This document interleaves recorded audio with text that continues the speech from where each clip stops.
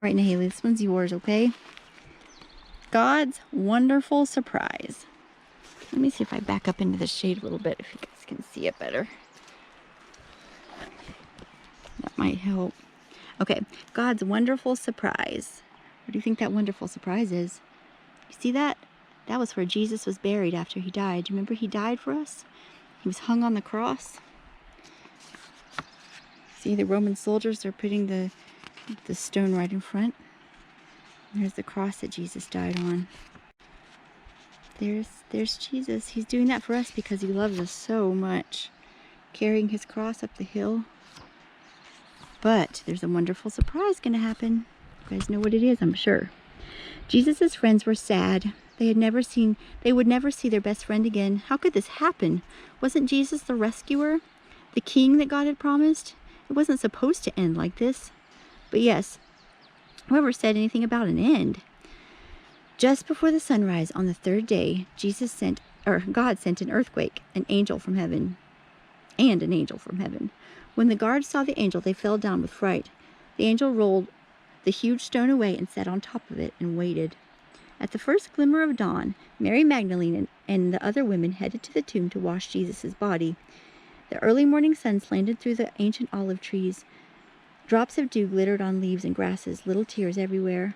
The friends walked quietly along the hilly path, through the olive groves until they reached the tomb. Immediately, they noticed something odd. It was wide open. What do you think that meant? They peered through the dark opening of the tomb. Jesus' body was gone. Whoa, what's that? Something else. A shining man was there, with clothes made from lightning. Don't be scared, the angel said. But they couldn't help it. They screamed anyway. The angel asked them, "What are you doing here? This is a tomb, and tombs are for dead people." The women couldn't speak. "Jesus isn't dead anymore," he said. "He's alive again." And their hearts leapt. And then the angel laughed with such gladness that they felt for a moment as if they had woken up from a nightmare. What do you think they felt? Look how tall that guy is. That is an angel. The other women rushed home, but Mary stayed behind. How could it be true? Jesus was definitely dead. How could he be alive? Just then Mary heard someone else in the garden. Perhaps it's the gardener, she thought. He'll know where Jesus' body is. "I don't know where Jesus is," Mary said urgently. "I can't find him." But it was all right. Jesus knew where she was, and he found her. Mary. Only one person said her name like that. She could hear her heart thumping. She turned around. She could just make out a figure. Shaded her eyes to see and thought she was dreaming. But she wasn't dreaming. She was seeing. Jesus!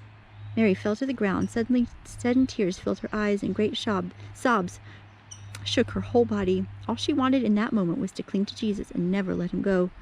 "You'll be able to hold on to me later, Mary," Jesus said gently, "and always be close to me. But now, go tell the others that I am alive."